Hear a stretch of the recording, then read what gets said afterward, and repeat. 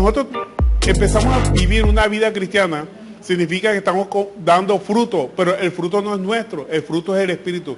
Mire, el fruto del Espíritu lo podemos definir como dice, no lo defino yo, lo dice la Biblia.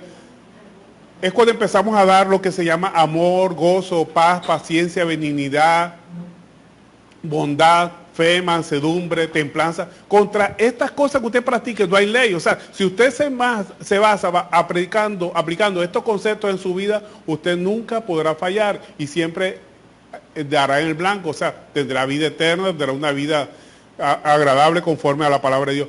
Pero es difícil. Entonces vamos a ver cómo podemos nosotros vivir esa vida cristiana. Y es el tema de hoy. Cómo podemos dar el fruto del Espíritu. Bien, todas estas características que di pertenecen al fruto del Espíritu, pero todas, no una de ellas, todas pertenecen al fruto del Espíritu. Entonces, miremos lo que nos dice respecto, vamos a estudiar esa vida cristiana. Mateo capítulo 6, versos 31. Vamos a aprender en el día de hoy cómo aprender a caminar con Cristo. Mateo capítulo 6, verso 31. Vamos a precisamente a sacar esos afanes en nuestra vida. Mateo capítulo 6, verso 31. Amén. Dice, no os afanéis, pues diciendo, ¿qué comeremos, o qué beberemos, o qué vestiremos? Porque los gentiles buscan todas estas cosas, pero vuestro Padre Celestial sabe que tenéis necesidad de todas estas. Mas buscad primeramente el reino de Dios y su justicia, y todas estas cosas os serán añadidas.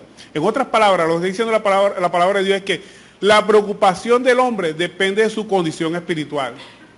Si usted está agarrado del Señor, si usted tiene puesta la mirada del Señor, usted va a desplazar estas necesidades, estos afanes de la vida. Pero usted me preguntará, ay, ¿cómo hago yo para quitar esa? Tengo necesidad de buscar comida, alimento para mi familia. Usted me dirá eso, ¿verdad? El inconverso, pero dice la palabra de Dios que por más que nosotros nos preocupemos, ¿qué vestiremos? ¿Qué beberemos? Dice que los gentiles, los que no creen en Dios, son los que se deben preocupar por eso, los cristianos no. O sea, en otras palabras, que ese afán es inútil y perjudicial. Inútil y perjudicial porque no vamos a conseguir nada con afanarnos. Tenemos que creerle a Dios que Dios es nuestro proveedor en todo momento. El inconverso está preocupado, ¿por qué? Por el comer, el vestir. Pero sabemos una cosa, algo importante, que el reino de Dios no es comida ni bebida. ¿Qué es el reino de Dios? El reino de Dios es justicia, paz y gozo en el Espíritu Santo. ¿Y cómo obtenemos esa justicia, paz y gozo en el Espíritu Santo? Precisamente lo que vamos a analizar hoy. El creyente busca primeramente el reino de Dios. Y dice la palabra de Dios que todas las demás cosas son añadiduras. ¿Y cuáles son las añadiduras? Precisamente el comer, el vestir, inclusive el poder dominar nuestros mismos deseos, nuestras pasiones, nuestros malos deseos, la impaciencia, los malos hábitos que tengamos, poniendo la mirada siempre en Cristo. Entonces, el reino de Dios depende de entender siempre que Dios está gobernando en todas las circunstancias, que todo lo que nos pasa a nosotros, a nuestro alrededor, Dios lo ha permitido con un propósito. ¿Y cuál es el propósito que Dios quiere en nuestra vida? Es que cambiemos. Pero muchas veces buscamos más a Dios para que Dios cambie las circunstancias antes que nosotros cambiar. Dios quiere que cambiemos internamente. Y eso es lo que el Señor quiere. El Señor quiere que nosotros estemos quietos, sosegadamente, y que confiemos que el Señor es el que domina todo. Mire, a veces nosotros nos preocupamos por un presidente, por un mandatario, por un alcalde, por un gobernador, y se nos olvida que la Biblia dice que Dios es el que pone y quita reyes. Ahí decimos, pero ¿por qué este gobernante? ¿Por qué el pueblo eligió a este gobernante? El pueblo no lo eligió, fue Dios quien lo puso. Si el verdadero cristiano empieza a entender que todos los gobernantes, así hayan entrado por la vía democrática, Dios que lo puso. Es más, Dios ya sabe el presidente que vamos a tener en el futuro. Y los otros presidentes que van a venir en adelante, ya el Señor sabe los nombres, ya los tiene. De mucho antes, o sea, ¿de qué nos preocupamos? Todos los presidentes que son puestos por Dios, el pueblo no los pone. Entonces, mire lo que nos dice una gran promesa en la que tenemos que confiar nosotros, el Salmo 46, verso 10. Debemos entender que Él siempre ha gobernado. Pero a veces como que creemos que los presidentes y lo que está sucediendo a nuestro alrededor se le escapa a las manos de Dios. Nada se le escapa a las manos de Dios, nada. Lo único que se escapa de las manos de Dios, pero no porque no pueda, sino porque Él no quiere entrar ahí, Él quiere que le entreguemos nuestro corazón. por amor a Él. Eso es lo que Él quiere en todo momento. Pero los demás circunstancias, todas las domina Él. Hay una frase que no es bíblica, pero tiene asidero bíblico. No es bíblico, o sea, no está en la Biblia. ¿Cuál es esa frase que no está en la Biblia, pero tiene asidero bíblico? Que dice que aún ni una hoja de un árbol cae si Dios no lo permite. Ni se mueve siquiera si Dios no lo permite. No está en la Biblia, pero tiene fundamento bíblico. Entonces, el Salmo 46, verso 7, mire lo que nos dice, una promesa para que no estemos peleando ni por política, ni peleando por nada. Mire lo que dice, estad quieto y conoced que yo soy Dios. Seré exaltado entre las naciones, enaltecido seré en la tierra. Que estemos quietos, no nos metamos en esas discusiones, sabiendo que Dios tiene el control de todo lo que está sucediendo. Él puso a todos, al presidente, a los gobernadores, a los alcaldes, a los congresistas que no nos gusta que estén allá. Dios lo ha permitido con un propósito. No sabemos cuál es el propósito porque es muy difícil entender el propósito de Dios en nuestra vida y en toda la nación. Simplemente tenemos que estar quietos. Tenemos que obedecer la palabra. ¿Amén o amén? Amén. Someternos a la palabra. Y someternos a la palabra es eso, estar quietos. No nos desesperemos con discusiones bizantinas que no llevan a nada. Yo a veces veo a la gente que se desespera discutiendo por un presidente y por el otro. Yo digo, bueno, Señor, tú sabes a quién pusiste, a quién no pusiste y por qué lo pusiste. Así no me preocupo por eso y no entro en esta clase de discusión. Entonces, la misma Biblia, yo me baso mucho en este versículo. Este versículo lo tengo yo desde hace rato. Está quieto y conoce que yo soy Dios. Dice el Señor, Él pone reyes, quita reyes, Él hace como Él quiere. Todo con un propósito. ¿Cuál es el propósito de Dios? Él no busca que nosotros tengamos casa, carro y beca. Eso son añadiduras. Lo que Él busca en finalidad es que seamos salvos. Porque nosotros todos estábamos perdidos. Dice la palabra de Dios, por cuando todos pecaron y están destituidos del reino de los cielos. Entonces Él no quiere que nadie se pierda. Imagínate, tanto es el desespero de Dios, porque no quiere que nadie se pierda, que envió a su Hijo, para que todo aquel que en Él crea, la sentencia que hay sobre nosotros de condenación caiga sobre Él. Imagínese usted, ¿cuál será el desespero de Dios? Que no quiere que nadie se pierda. Pero nosotros nos desesperamos mucho. ¿Y qué es lo que el Señor quiere de nosotros? O sea, sabemos que cuando empezamos a vivir la vida cristiana, ya sabemos que Dios domina todas las circunstancias. ¿Qué tenemos que hacer nosotros para entender eso que Dios está haciendo en cada uno de nosotros? Mire lo que nos dice Proverbios 23, verso 6.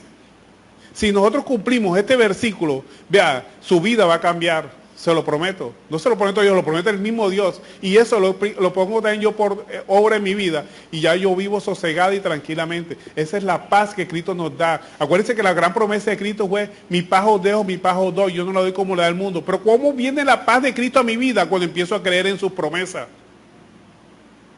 Y para que llegue esa promesa a mi vida, mire el condicionante.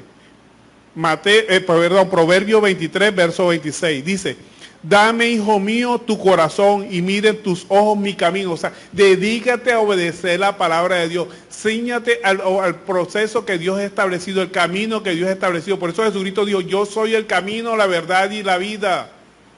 Nadie obtiene las promesas del Padre sino solamente es a través de Cristo. Entonces, obedezcamos lo que dice la palabra de Dios. Estemos tranquilos, estemos sosegados, estemos quietos, conocer que Dios es Dios. A veces queremos humanizar a Dios, ¿no sabe usted? Queremos pensar como Dios piensa, queremos adivinar lo que piensa Dios y eso es imposible. Nosotros somos la criatura, Él es el creador, nosotros nunca podremos saber cómo piensa Dios ni qué es lo que al final quiere Dios. Bueno, al final sabemos que Dios quiere la salvación, pero ¿cómo lo hace? No lo sabemos. Dios es Dios, no podemos humanizar a Dios ni pretender que Dios piense como nosotros. Dios quita a tal gobernante, Señor, ponga a fulano, que quedara de presidente tal. No, Señor sabe más que nosotros sobre política y sobre cualquier tema. Así que dejémoslo que Él sea Dios. Ese es el problema de nosotros. ¿Sabe qué? Que no dejamos que Dios sea Dios. Señor, si mi esposa cambiara, si mi esposo cambiara, si mi mamá cambiara, si mi hijo cambiara, sería feliz. El Señor dice, si yo te lo pongo ahí para que tú cambies. Dios no va a cambiar a nuestros familiares hasta que nosotros no cambiemos. Pero nosotros somos unos angelitos, ¿verdad? Nos creemos unos angelitos, me incluyo yo también. Nos falta la aurora y las alitas para salir volando. No, nosotros somos los malos. Cada uno de nosotros somos los que tenemos que cambiar. Toda la palabra de Dios. Es que no sabe que hay personas que son muy caritativas con otros cuando abren la palabra de Dios y salen que, ay, esto es para Carlito, esto es para Miguelito. No. La Biblia cuando yo la abro es para mí, no es para más nadie. Para el que la abre, para ella es la persona. Pero a veces decimos, oye, esta predica, bueno, mira que no vino Juanchito, ojalá hubiera venido Juanchito porque viene esta predica. No, si no vino Juanchito porque no era para él, es para usted. Entonces la palabra siempre es para nosotros, no es para más nadie. Ahí tenemos que ser egoístas, por así decirlo. Cuando yo abro la Biblia, todos los versículos que yo lea son para mí, no es para el vecino, no es para más nadie, es para mí. Entonces, partamos de ese hecho y estar quietos que Dios es Dios. Dejemos que Dios sea Dios. Ahora, entonces, el reino de Dios depende de entender que Él siempre ha gobernado. Él siempre ha sido Dios. Él nunca ha dejado de gobernar. Siempre ha gobernado. Todo lo que se mueve a nuestro alrededor, Dios lo ha permitido. Esa persona que nos tiene la vida de cuadritos, Dios lo ha permitido. Para que oremos por ella. Para ver hasta dónde llega nuestro grado de misericordia hacia esa persona. Entonces, Dios la permite. Entonces, empecemos a cambiar nosotros. Empezar a darle lugar a que Dios gobierne nuestra vida, porque quiere gobernar nuestra vida. ¿Sabía usted eso? Pero Él no quiere hacerlo por imposición, porque Él lo puede hacer. Un chasquido de dedo o cualquier forma que Él hiciera y nos convertiríamos en autómatas, pero Él no lo quiere hacer así. Él quiere que lo sigamos por amor, que le entreguemos nuestro corazón. Ahora, vemos lo que es el reino de Dios. El reino de Dios es entender que Dios siempre ha sido Dios, que todo se mueve bajo su autoridad. Que nosotros tenemos que entregarle el corazón a Dios. O sea, tenemos que seguir el camino que Dios nos ha trazado a través de su palabra. Dios nos ha trazado un camino y el camino es la palabra. ¿Y la palabra quién es? Cristo. Tenemos que seguir a Cristo. Cuando nosotros obedecemos la palabra, estamos siguiendo a Cristo. Eso es poner la mirada en Cristo, obedecer su palabra. Eso es poner la mirada en Cristo. Yo sigo a Cristo, es que yo obedezco lo que dice la palabra. No me desvío ni a izquierda ni a derecha, sino siempre siguiendo a Cristo.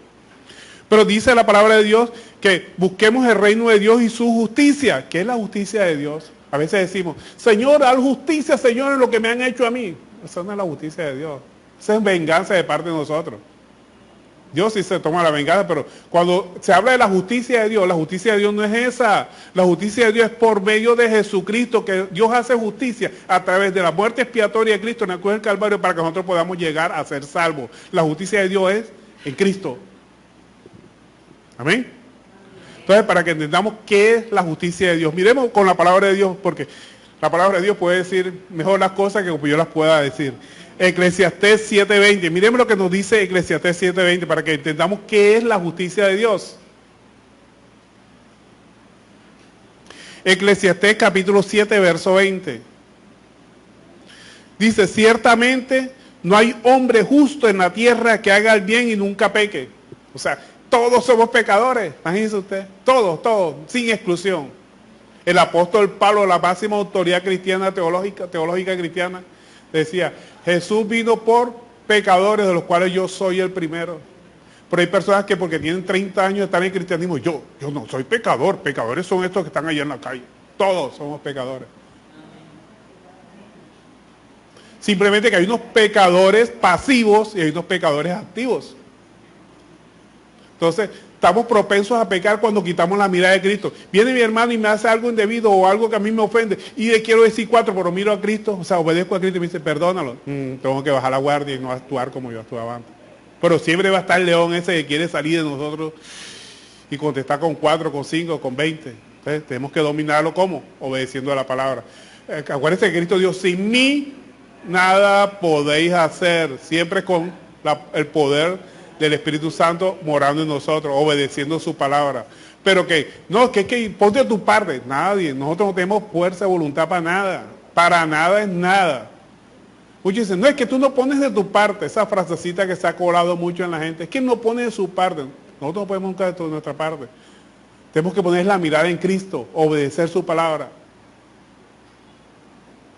Ahora, la justicia de Dios es por Cristo. Miremos lo que nos dice Gálatas capítulo 2, verso 16. Sabiendo que todas las personas pecan, todas, inclusive hasta las máximas autoridades cristianas eclesiásticas que usted conozca, todas pecan, ya sea de pensamiento o cualquier forma. Pero también dice la palabra de Dios que si alguno ha pecado, abogado tenemos con el Padre, Jesucristo el justo. Gálatas capítulo 2, verso 16. Dice, sabiendo que el hombre no es justificado por las obras de la ley. En otras palabras, no hay ninguna obra que nosotros hagamos que nos justifique ante Dios. Ay, que yo le doy comida a los pobres. Ay, que yo ayudo a fulanito, yo ayudo a perencejito. Yo me porto bien con mi papá, yo me porto bien con mi mamá. Esos son trapos de inmundicia ante el Señor. sea, eso no son obras buenas. ¿Por qué? Porque nosotros somos malos por naturaleza. Entonces sigue diciendo el verso 16, dice, sino que por la fe de Jesucristo, nosotros también hemos creído en Jesucristo para ser justificados por la fe de Cristo, y no por las obras de la ley, por cuanto por las obras de la ley nadie será justificado. O sea, no hay ninguna obra que nosotros hagamos que nos justifique ante Dios por la cual nosotros podamos decir que somos buenos. Porque entonces, ¿para qué murió Cristo? ¿Para qué vino Cristo? Cristo vino a justificarnos. O sea, la justicia de Dios. No vaya hasta a pensar que, Dios, hazme justicia, fulanito me está atacando. No, tienes que perdonarlo. La justicia de Dios no es para eso. No es para venganza nuestra. Dios sí tomará venganza por su manera, en su tiempo. La justicia de Dios es por medio de Cristo para hacernos aptos de llegar a la presencia de Dios. Para eso es la justicia de Dios. Ahora, ¿cómo se planta la justicia de Dios en nuestra vida? Cuando empezamos a seguir y obedecer la palabra de Dios. Pero la justicia de Dios se planta como una semilla, ¿sabe usted? Es como una semilla. Vea, no hay ninguna obra buena que nosotros podamos hacer por nuestro propio naturaleza, no podamos hacerla. Por lo menos usted puede comenzar, yo amo a todo el mundo, sí, yo amo a todo el mundo. Pero llega el momento en que alguien le vuela, como decimos aquí en la costa, le vuela la piedra y se le va el gozo de su vida. Llega el día en que no tiene para el desayuno, se le va el gozo de su vida, entonces ya deja de dar frutos. ¿Por qué? Porque los frutos no son suyos, los frutos tienen que ser del Espíritu Santo. Y para que usted empiece a dar frutos del Espíritu Santo, tiene que sembrar una semilla. ¿Y cuál es esa semilla? El Espíritu Santo en su vida. El Espíritu Santo tiene que llegar a su vida. Miremos lo que nos dice Mateo 4:26. Vamos a entender cómo empezamos a dar fruto. Y vamos a caminar en esa santidad que el Señor quiere, para ser justificados en la presencia del Señor.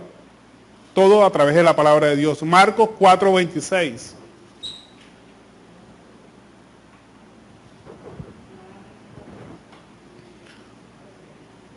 Son palabras de nuestro Señor Jesucristo. Marcos capítulo 4, verso 26.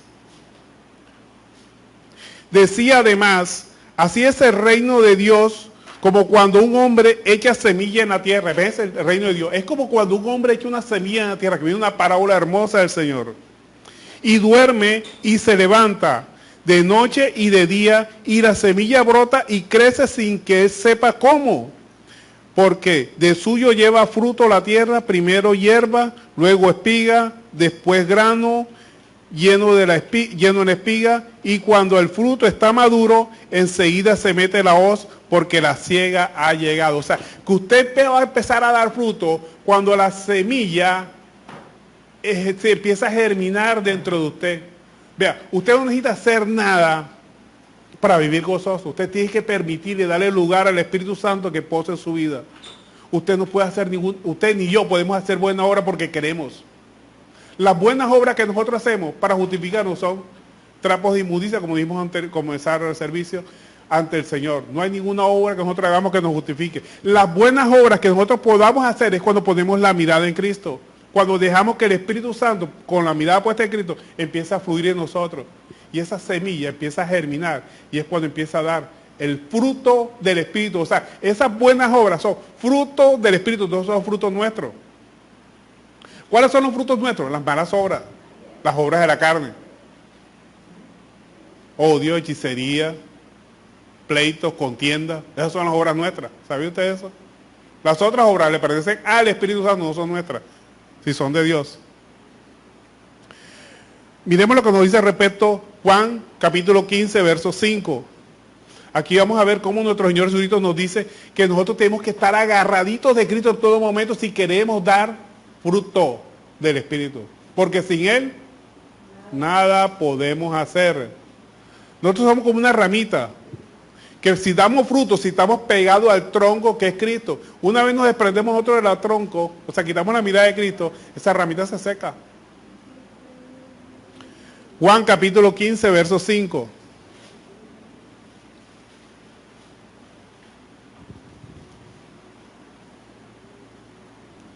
Amén. Dice, yo soy la vid, vosotros los pámpanos. El que permanece en mí y yo en él, este lleva mucho fruto, porque separado de mí nada podéis hacer. En otras palabras, los frutos que nosotros podamos dar le pertenecen al Espíritu Santo porque son frutos del Espíritu. Y mire lo que nos dice, repito, Gálatas capítulo 5, verso 22. Ya vamos ahora a desarrollar cada uno de los frutos que podemos dar y que son del Espíritu Santo, no son nuestros, para que no nos gloriemos. Gálatas capítulo 5, verso 22.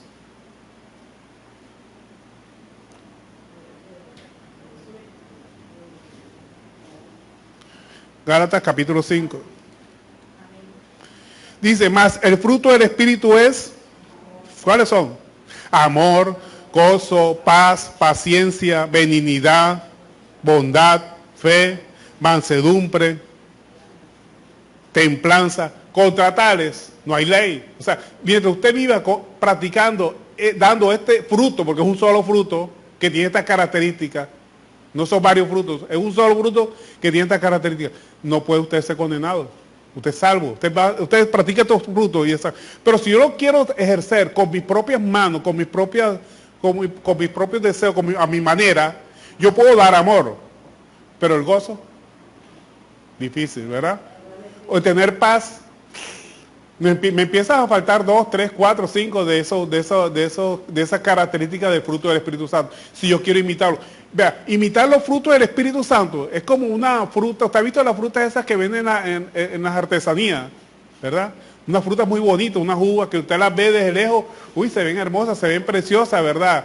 Guarda las características de una fruta, pero la va a tocar y dura, fea, no se puede comer.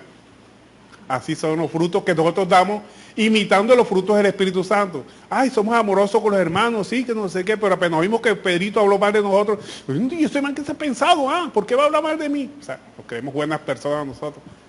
Nadie puede hablar mal de nosotros. ¿Quiénes somos nosotros para que no hablen mal de nosotros? ¿Quiénes somos nosotros? Tienen que partir de ese hecho. Hablaron mal de Jesucristo, ahora que no hablen mal de nosotros.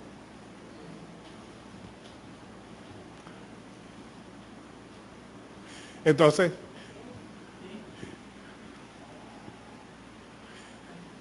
lo importante es eso, que nosotros siempre tenemos que dar fruto, pero el fruto es del Espíritu Santo, no es nuestro.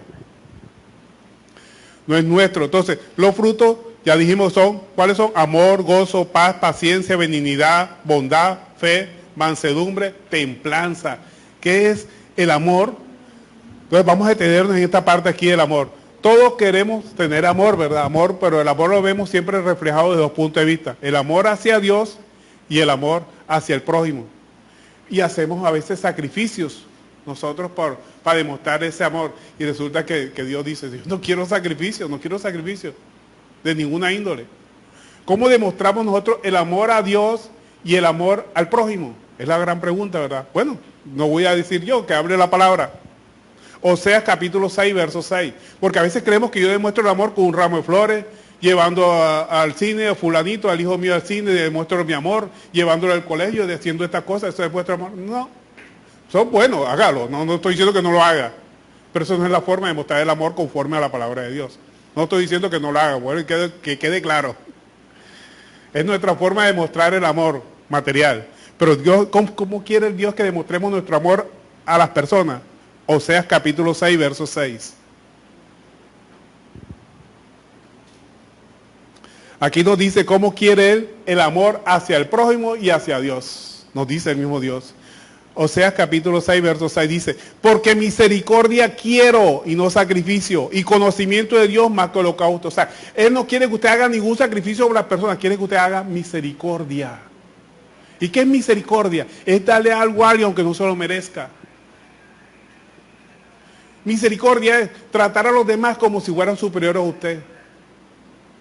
Cuando usted ve al basuriego por ahí, oye, mira, pues me vas a regalar la basura, no sé. No, trátelo con respeto. Esa es misericordia. Está un momento que está pasando un estado de necesidad de esa persona y por su necesidad que está su cabezadura, que por cualquier motivo ha caído en desgracia. Tratémoslo con misericordia. Entonces el Señor quiere misericordia. Que nos tratemos bien los unos con los otros. Que tengamos un trato misericordioso. Un trato humilde hacia los demás. Eso es lo que el Señor quiere con las demás personas. Y con Dios, ¿qué es lo que Él quiere? Conocimiento, más que cualquier sacrificio. Más que cantar, alabar. No estoy diciendo que no lo haga, vuelvo y repito. Lo que Él quiere más es conocimiento, o sea, que tú estudies la palabra. Porque usted cómo se puede enamorar de Dios si no lo conoce. Yo para enamorarme de alguien tengo que conocerlo. Cuando yo me enamoré de mi esposa, primero salíamos, Salíamos al cine, caminábamos por aquí, caminábamos por allá, empecé a conocerla y empecé a enamorarme. Así quiere Dios que lo conozcamos. Y la única forma de conocerlo es estudiando su palabra.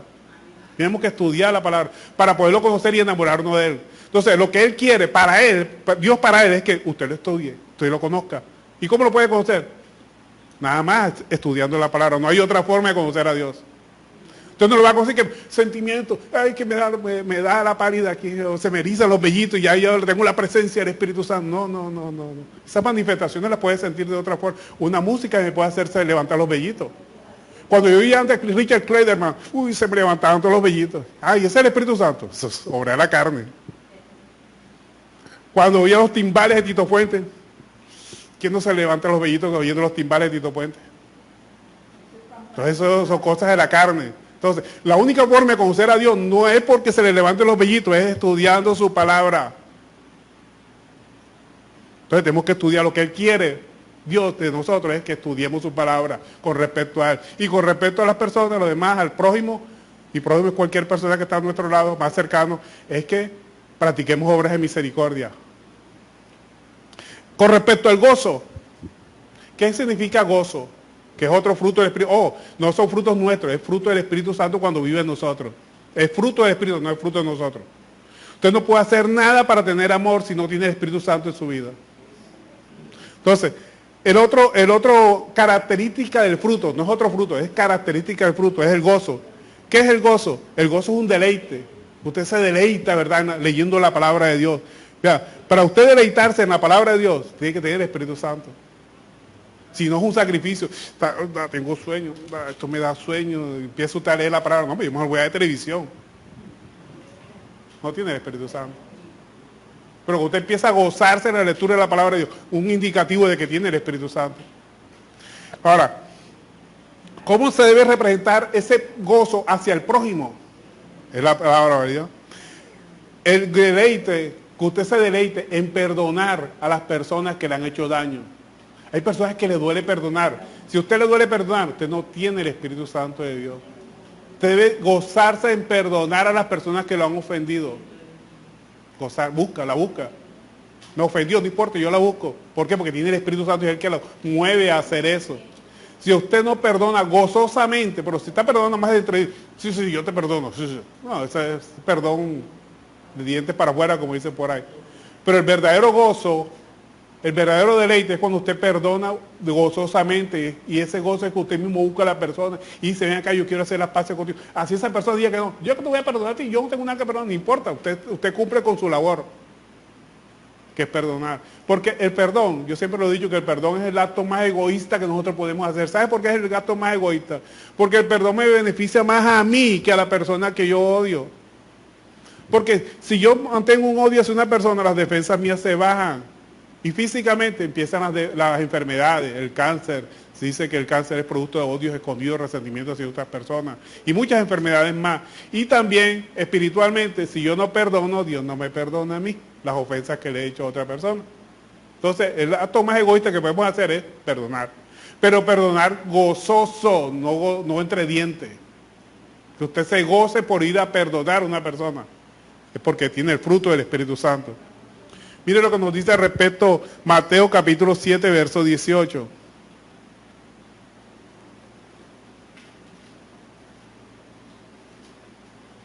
Dios le encanta que perdonemos. Mateo capítulo 7, verso 18. A Dios le encanta, le fascina y se pone contento con nosotros cuando nosotros perdonamos de corazón. Se pone contento, se goza.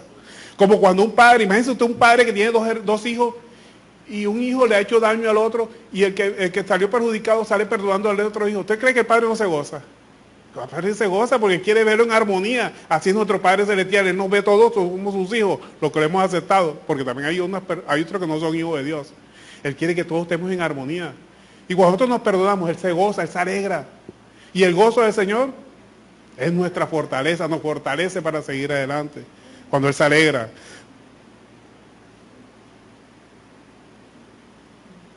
Amén. Perdón, es Miqueas capítulo 7, perdón. Miqueas capítulo 7, verso 18. Miqueas 7, verso 18. dice, que Dios como tú, que perdonas la maldad y olvidas el pecado del remanente de su heredad, no retuvo para siempre su enojo, porque se deleita en misericordia. Él volverá a tener misericordia de nosotros, sepultará nuestras iniquidades y echará en lo profundo del mar todos nuestros pecados. Entonces, el perdón deleita al que perdona, y a Dios también. Dios se deleita cuando nosotros perdonamos. Él se alegra, Él se goza. Su corazón estalla en gozo, imagínese usted. Usted quiere hacer estallar el gozo de alegría, Señor, perdone a una persona que lo ha ofendido. Y el Señor se va a alegrar de usted. Pero que lo haga gozosamente, que si usted se deleite. Y con respecto a Dios, ¿cuál es el gozo? Las obras de gozo que nosotros podemos hacer con respecto a Dios. La sumisión. Dios quiere que obediencia, más que cualquier cosa. El Salmo 37, verso 4 nos dice, deleítate en Jehová y Él te concederá las peticiones de tu corazón. Cuando tenemos un corazón que se deleita en obedecer a Dios empieza a dar todo lo que usted quiere en su vida. Todo lo que usted quiera en su vida. ¿Por qué? Porque, claro, un corazón que se deleita en Dios no va a pedir cosas extravagantes. No va a pedir, Señor, regálame un Volkswagen, Señor, regálame esto. No. Él le va a conceder las peticiones de su corazón que están conformes a la palabra de Dios. Usted empieza a ver que va a una parte y se le abren las puertas en todas partes. Lo que usted pida se le va abriendo. Esos son los deleites que Dios va satisfaciendo nuestras necesidades. Porque nos deleitamos en ¿qué? En hacer lo que el Señor nos ha mandado. Otra característica del fruto del Espíritu Santo es la paz. ¿Qué es la paz? La armonía. La armonía, mira, todo este fruto, las características del fruto giran alrededor de dos grupos o de dos partes, por así decirlo. Por un lado está el prójimo y por otro lado está Dios.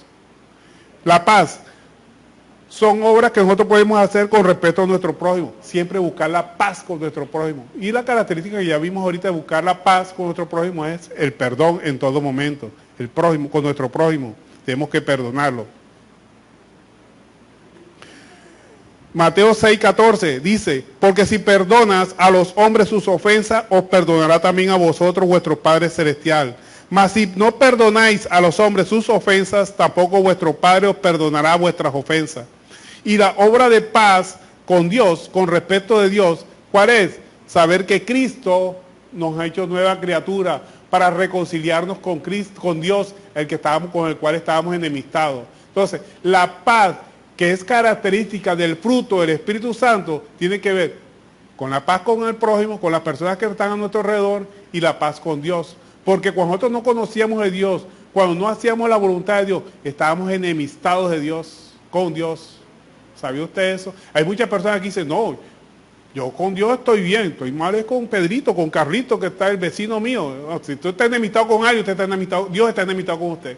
Así usted cree que Dios está bien con usted. Porque ¿quién va a ser tan bobo o tan, no sé la palabra ponerla ahí, de pelear con Dios?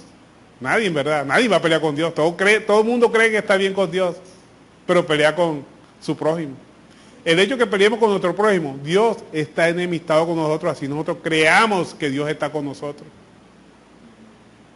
Dios es conmigo, hermano, Dios es conmigo y tiene pelea con el vecino, con el padre, con la madre, con el esposo, con el hijo, con la yerna, con la nuera. Mientras estemos enemistados con alguien, Dios está enojado con nosotros. Tenemos que partir. Y para eso vino Cristo, a reconciliarnos primero con Dios y con base en esa reconciliación con Dios, a reconciliarnos con nuestro prójimo. Entonces ya vimos tres características del fruto. Primero el amor, después el gozo, la paz y ahora vamos a ver la paciencia. ¿Qué significa paciencia? Paciencia significa aguante. O sea, la calidad de aguante que usted tiene ante determinadas circunstancias. Hay muchas personas que están muy gozosas y chévere y adoran a Dios, pero llega el momento en que le toca la economía, se le acabó el gozo. O pierde un familiar, se les acabó el gozo. O hablan mal de esa persona y se les acabó el gozo. Entonces, el gozo del Señor significa es que no importa las circunstancias externas, el gozo del Señor es nuestra fortaleza, porque el gozo es interno, es la relación que tenemos nosotros con el Dios, es la capacidad de aguante que nosotros tenemos con base en el Espíritu Santo que mora en nosotros. Ahora, ¿cuál es la mayor obra de paciencia que nosotros podemos hacer con nuestro prójimo? Volvemos a caer en el mismo, El perdón. El perdón, mire, el perdón cumple casi todas las características del fruto del Espíritu Santo. El perdón. Cuando nosotros perdonamos al prójimo, podemos tener paciencia con él. No importa lo que nos haga las personas, tenemos que ser pacientes. Que nada nos huele la checa, como decimos aquí en la costa.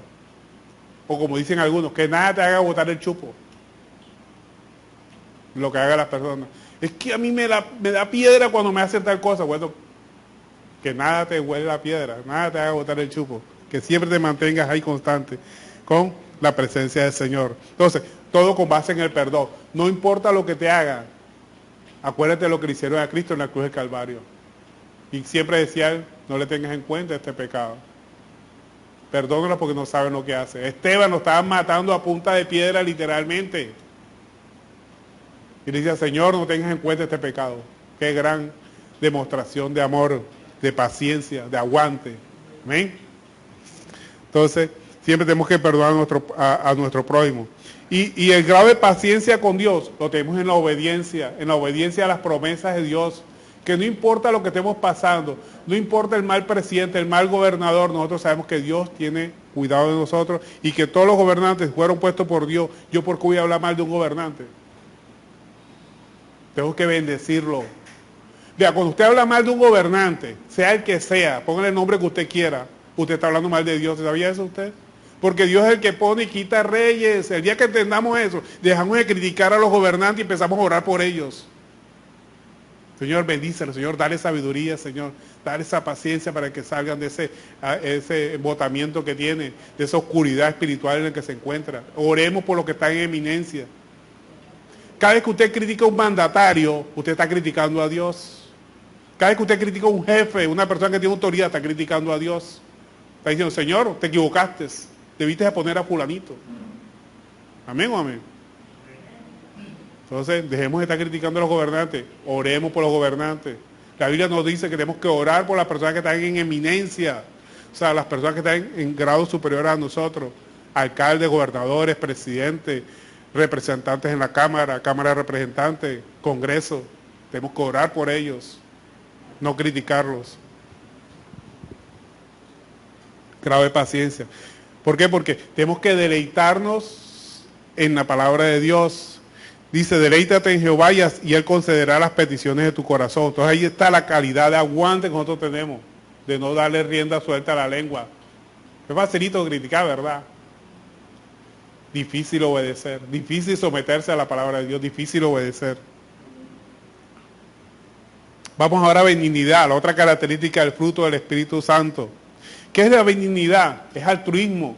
Cuando usted hace una obra buena por otra persona. Ahora, ¿cuál es la obra buena que nosotros podemos hacer por nuestro prójimo? Volvemos a caer lo mismo, el perdón. La mejor obra que usted puede hacer por el prójimo es perdonarlo, cualquier ofensa que le haya hecho. No, que habló mal de mí, perdónalo. Que me hizo esto otro, perdónalo. Que habló mal con mi jefe, perdónalo. La mejor obra de altruismo que podemos hacer es el perdón. El perdón siempre. Y obviamente que la benignidad está con respecto al prójimo, no con respecto a Dios, porque Dios, ¿qué obra altruista podemos hacer con Dios? Ninguna. Él es bueno sobre todas las cosas. Nosotros somos los que somos malos con Dios y con el prójimo. Entonces con el prójimo tenemos que perdonarlo. Sigamos con la otra característica del fruto. Ahora seguimos con la fe. ¿Qué es la fe? Fe es seguridad, certeza. O sea, básicamente fe es eso, seguridad, certeza en la palabra de Dios. Diferente a la certeza en su conocimiento, ¿verdad? Cuando usted dice, yo tengo fe que voy a terminar la universidad porque estudié el examen y voy a ganar ese examen. Eso no es fe. Eso es simplemente sabiduría suya que usted está aplicando en un examen. Eso no es fe. La fe es que usted tiene conciencia y tiene certeza de que la palabra de Dios se va a cumplir sí o sí. Así usted no ve los resultados. Porque la fe implica que usted no ve los resultados. La fe implica que usted, a pesar de que está orándole al Señor, hincando y de rodillas, como usted quiera, usted no ve los resultados que el Señor quiere. Miremos lo que dice Hebreos capítulo 11. aquí nos dice exactamente qué es la fe. Dice, es pues la fe, la certeza de lo que se espera, la convicción de lo que no se ve. O sea, que usted, a pesar que está orándole al Señor por algo que usted está pidiendo, usted no ve los resultados. ¿Por qué? Porque los resultados no son como usted quiere, es como Dios quiere que son. Y siempre van a ser mejores que lo que usted desea. A veces estamos orando al Señor por una sanidad y no vemos la sanidad. El Señor permite esa enfermedad con el mejor propósito de todo, que es la salvación del alma. Ahora, yo no soy quien para decir cuál es el propósito de Dios. No conozco el propósito de Dios. O sea, los medios que Dios utiliza, pero que al final yo sé que busca es la salvación del alma. Tenemos que tener certeza, o sea, la mayor certeza de que estoy caminando en fe es que yo no veo los resultados que yo quiero. Te van a dar los resultados que Dios quiere, que van a ser mejores que los que yo quiero. Parece un trabalengua, pero es la verdad. ¿Entendimos o no entendimos? La mejor certeza, la mejor prueba de la fe es que yo no veo lo que yo quiero. Porque se da siempre es lo que Dios me va a mandar, que es mejor que lo que yo le estoy pidiendo a Dios. Siempre es mejor lo que Dios quiere para nosotros. A veces estamos pidiendo, Señor, dame un carro, Señor, dame un carro. Y el Señor no te da el carro, no le da el carro, no le da el carro. Porque el Señor te está previniendo un accidente, está previniendo un problema que vas a tener con ese carro, entonces no te lo da. Y ten la certeza que no te lo va a dar. Entonces, la mejor certeza que tenemos es que no nos da lo que yo quiero. ¿Por qué? Porque lo que Dios quiere siempre es mejor que lo que yo le estoy pidiendo al Señor. Entonces, guardemos silencio ante el Señor, sabiendo que Él tiene cuidado de mi vida. Mejor. Es que es más, yo para llegar a los pies de Cristo, ¿por qué llego a los pies de Cristo? Porque yo le digo al Señor, reconozco ante Él que yo no sé cuidar mi vida. Le digo al Señor, cuida mi vida. Y el Señor dice, ¿quieres que cuide tu vida? Tu vida, obedéceme, confía en mí, confía en mis promesas. Cuando nosotros llegamos a los pies de Cristo y le reconocemos, Señor, yo soy pecador y con mi sabiduría me he estrellado, he tenido muchos fracasos, guíame tú. Dice, Señor, listo, te doy mi palabra, sígueme, obedéceme y verás los resultados. Y si usted obedece los resultados, el procedimiento que Dios le establece a través de la palabra, usted siempre caminará en obediencia y usted siempre le dirá bien. Por eso el Señor dice, obedéceme y te irá bien. ¿Usted quiere que le vaya bien en su vida? Obedece la palabra. Cree en las promesas del Señor. Que las palabras de Dios se cumplen o se cumplen. Siempre. Entonces empecemos a creerle a Dios. Entender que Él siempre ha gobernado. Siempre. Nosotros somos los que queremos gobernar nuestro mundo, nuestro alrededor. Queremos, a veces con rabieta, nuestra forma de ser, pesado, peleando, qué sé yo, gritando. Queremos arreglar las cosas. Y así no funciona. ¿Quién ha arreglado las cosas a la rabieta y pegando o peleando? Nadie. Lo que cree es más problemas. Pero sometiéndonos a la palabra de Dios, el mundo empieza a cambiar a nuestro alrededor. Las pruebas las hemos tenido cada uno de nosotros. Cada uno de nosotros nos hemos dado cuenta. Yo en mi caso también me he dado cuenta que con rabieta no ganamos nada. Simplemente obedeciendo a la palabra, sometiéndonos a Él. Entonces, la fe es seguridad, es certeza. ¿Y cómo manifestamos nuestra fe con respecto al prójimo? En el amor. Porque el amor todo lo cree, todo lo soporta, todo lo espera, todo lo tolera, lo acepta todo. Yo no espera cambiar a nadie. Tenemos que cambiar somos nosotros, entender a las personas. O como dicen por ahí, ponernos en los zapatos de las otras personas. Pero queremos que las personas hagan lo que yo quiero. No, las personas no van a hacer lo que yo quiero. Nunca. Yo soy el que tengo que adaptarme a las personas. Acuérdense lo que dice 1 Corintios, 1 Corintios capítulo 13, verso 8, dice que el amor todo lo espera, todo lo cree, todo lo soporta. ¿Todo lo cree? Sí, todo lo cree. ¿Por qué? Porque es que cuando a mí me echan una mentira y yo la creo, el que se perjudica es la persona que me dice la mentira. Yo no me perjudico nada. A mí me dicen una mentira y yo, bueno, yo la creo, listo. Pero el que se perjudica es el que la dice. Siempre que se perjudica es el que la dice. Porque dice la palabra de Dios, ¿los que creen mentiras no entrarán al reino de los cielos? No, dice, los mentirosos no entrarán al reino de los cielos. Son los mentirosos los que no entran al reino de los cielos. Ahora, diferente en los negocios, ¿verdad? Y tenemos que estar ávidos y no, mirar bien las cosas que estamos haciendo nosotros. Pero estamos hablando del campo espiritual. Creer unas cosas, a veces nos están diciendo, no, yo vine y hice tal cosa, bueno, si no me perjudica nada, bueno, ya listo, creerle a la persona. El que se perjudica al final es la otra persona. Por eso tenemos que creer. Miren lo que dice 1 Corintios capítulo 13, verso 4. El amor con respecto al prójimo. 1 Corintios capítulo 13, verso 4. El amor es sufrido, es benigno. El amor no tiene envidia, no envidia a nadie. El amor no es jactancioso, no se envanece, no hace nada indebido, no busca lo suyo, no se irrita, no guarda rencor, no se goza de la injusticia, mas se goza de la verdad. Y lo más importante, el verso 7, todo lo sufre, todo lo crea, todo lo espera, todo lo soporta. Imagínense usted la característica del amor. Entonces, la fe con respecto a nuestro prójimo la manifestamos en el amor hacia él. Y con respecto a Dios, ¿cómo la vemos? Cuando lo que nosotros le pedimos al Señor no lo recibimos, tenemos la certeza que estamos caminando en obediencia a la palabra de Dios.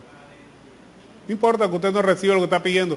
¿Por qué? Porque lo que usted está recibiendo es mejor que lo que usted está pidiendo. Téngalo por seguro. Téngalo por seguro y eso, tenga esa certeza. Todo es para su bien. Acuérdense lo que dice Romanos 8:28. Romanos 8:28 dice que todos los que han sido llamados conforme a su propósito es para su bien. Todo. A veces un traslado, un compañero lo trasladaron por un lugar a otro. Dice, no te preocupes, todo va a ser para tu bien. Al final del camino, después de unos años, pones el retrovisor y te vas a dar cuenta que si no te hubieran hecho ese traslado, no estuvieras mejor. Los traslados, los cambios. Es que cuando nosotros estamos en una zona de confort, no queremos que nos cambien de esa zona de confort. La pérdida de un familiar, terrible, ¿verdad? Pero siempre miramos desde nuestro punto de vista, no el otro punto de vista de la persona que falleció, que está descansando. Cuando hay una muerte, se desaparece un familiar de la vida de nosotros, tenemos que darle gracias a Dios por el tiempo que pudimos compartir con esa persona, ser agradecidos en todo momento con Dios. No preguntar a Dios, ¿por qué te lo llevaste? No, más bien, gracias por el tiempo que permitiste gozar de la presencia de esa persona en nuestra vida. Un empleo lo perdimos. Gracias, Señor, por el tiempo que me diste por disfrutar ese empleo y sé que me abrirás otro mejor, no sé. Estamos en la voluntad del Señor. Bueno, ahora vamos con la mansedumbre. ¿Cómo hacemos con la mansedumbre? Que es la característica, la otra característica del fruto del Espíritu. ¿Qué es mansedumbre? Es sumisión. Mansedumbre es eso, que ser manso, ¿verdad? Manso, humilde de corazón, es lo que pide el Señor. Con respecto al prójimo, ¿cómo representamos esa humildad? Esa mansedumbre ante el Señor, sometiéndonos. Me tengo que someter al prójimo. Eso es duro. Mira lo que dice Efesios 5:21. Efesios 5:21 nos dice el Señor, no lo digo yo, lo dice el Señor. Someteos unos a otros en el temor de Dios. Someteos en el temor de Dios. O sea, no vas a someterte en algo que vaya contra la palabra de Dios, obviamente. En el temor a Dios. Ese es como que el límite, el temor a Dios. Nada que vaya contra el temor a Dios. Entonces, tenemos que someternos unos a otros. Sométase el hijo al padre, el subalterno al jefe. Tenemos que someternos en el temor a Dios. A veces personas no quieren someterse a los jefes, ¿verdad? No, que ese jefe es malo. Tenemos que someternos en el temor a Dios. No, que te vaya a mandar a hacer algo indebido. No, ahí sí no. Todo en el temor a Dios. Con respecto a los padres también tenemos que someternos. Con respecto a la autoridad eclesiástica también, dice la palabra de Dios. Porque Dios es el que ha puesto a las personas en autoridad. No la misma persona se puso.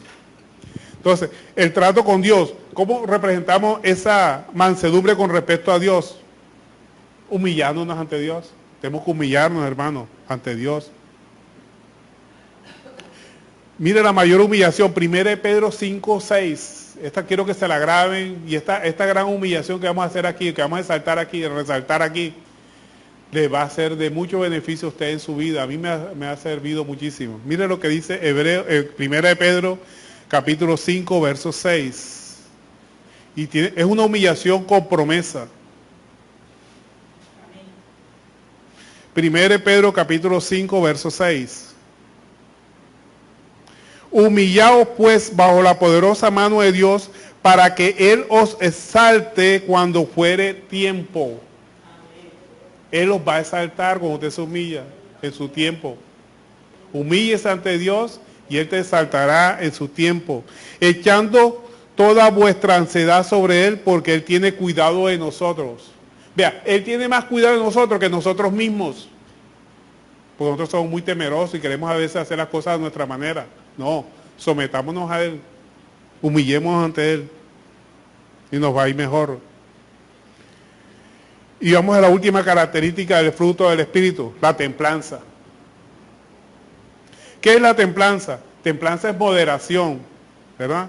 Un freno que nosotros le ponemos a nuestra ansia. A veces queremos hacer las cosas a nuestra manera.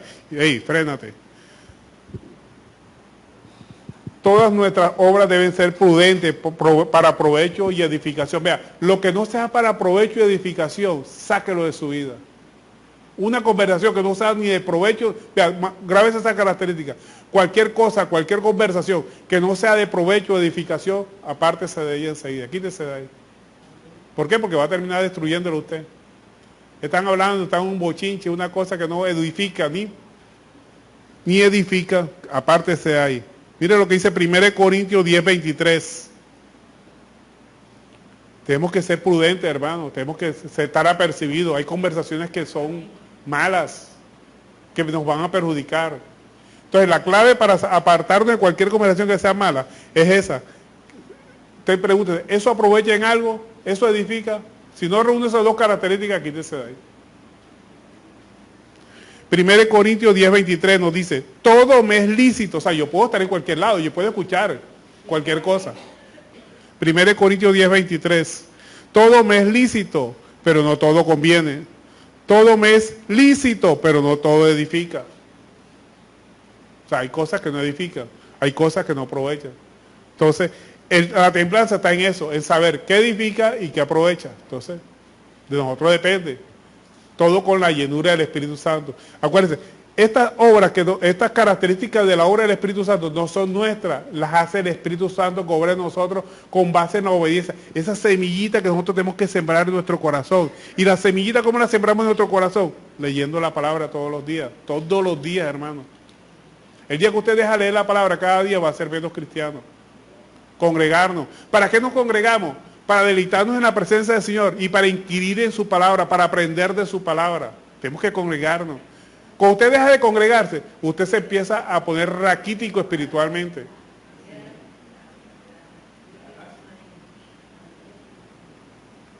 Empieza a ponerse más débil espiritualmente cada día más. Entonces, vemos que los frutos son del Espíritu, no son nuestros, son del Espíritu Santo, para que no nos gloriemos. Todo lo bueno que nosotros hagamos le pertenece a Dios, los malos a nosotros. De aquí que nosotros sacamos la conclusión de que el pecado no es lo que nosotros hemos creído siempre, y siempre lo hemos machacado aquí. El pecado no es el adulterio, no es la fornicación, no es el robo, no es los pleitos, no es las contiendas. El pecado es estar apartado de Dios. Cuando nosotros nos apartamos de Cristo, empezamos a hacer adulterio, fornicación, lascivia y todas las cosas semejantes a esta, pero empezamos a practicar la obra de la carne. Tenemos que estar agarrados de Dios. Tenemos que estar agarrados de Dios. Cuando estamos agarrados de Dios empezamos a hacer obras buenas, porque no son obras nuestras, es obra del Espíritu Santo trabajando en nosotros. Y hay cosas en las que nosotros estamos encerrados y no sabemos cómo salir. Usted siga obedeciendo la palabra de Dios y Dios le empieza a abrir los caminos para salir del estado en que se encuentra. Hay personas que no pueden salir de la drogadicción, del alcoholismo, de pronto de chisme, no sé qué problema. Cada uno tiene su propio problema, cada uno tenemos nuestro propio problema. Simplemente obedezca la palabra de Dios y Dios le va dando la salida, el estado en que usted se encuentra. Él solito se la va dando. No va a salir usted con su fuerza, es con la fuerza del Espíritu Santo. No es con tu fuerza ni con mi fuerza, sino con la fuerza del poderoso Espíritu Santo actuando en su vida. Amén o amén. Simplemente obedezcamos su palabra, sometámonos en todo momento. Amén. Entonces, el fruto del Espíritu depende de dejar lo terrenal, las obras idolátricas que nosotros tengamos. ¿Qué es obra idolátrica? Toda aquella obra que reemplaza a Dios. ¿Qué cosa puede reemplazar a Dios? El trabajo, la familia, en fin, cualquier cosa puede reemplazar a Dios, ¿verdad? Que pongamos nuestra atención a esas cosas, de pronto una necesidad económica y nos veramos en conseguir dinero, eso es idolatría. Todo lo terrenal. Claro que la Biblia nos dice exactamente qué es la idolatría, que dice fornicación, impureza, pasiones desordenadas, malos deseos, envidia, todo eso pertenece a lo que se conoce como idolatría. O sea, esos son obras del mundo, las que están en el mundo. Las palabras deshonestas, las obras de la carne. Y la mentira. Cuando nosotros decimos una mentira, nos identificamos como hijos de Satanás. Los hijos de Satanás son los que mienten. Por eso lo dijo muy clarito el Señor, ¿verdad? Ustedes son hijos de Satanás. ¿Por qué? Porque hacen mentiras y son homicidas. Entonces, cada vez que nosotros decimos una mentira, nos identificamos como hijos de Satanás. Entonces tenemos que dejar de decir mentiras, dejar de hacer los deseos del diablo. El deseo del diablo es ese, decir mentiras. Acuérdense que Cristo es verdad, la vida, el rey de la verdad. Y la mentira es del diablo. Cada vez que practicamos o decimos una mentira, nos estamos anteponiendo a Dios, estamos contendiendo contra el mismo Dios, estamos contendiendo contra la verdad, diciendo una mentira. Bueno, entonces examina la senda de tus pies y de todos tus caminos sean rectos. No te desvíes ni a la derecha ni a la izquierda y apártate del mal y haz el bien. Es el gran consejo que te da la palabra de Dios, que siempre practiques esa palabra. Y la única forma de obedecer la palabra, y vuelvo y repito en esto, y esto es importantísimo, lea la palabra mínimo media hora al día. Mínimo. De ahí en adelante, 1 hora, fabuloso. 2 horas, mejor todavía. Pero mínimo media hora. Y congréguese. No deje de congregarse, como algunos tienen por costumbre. Gloria a Dios.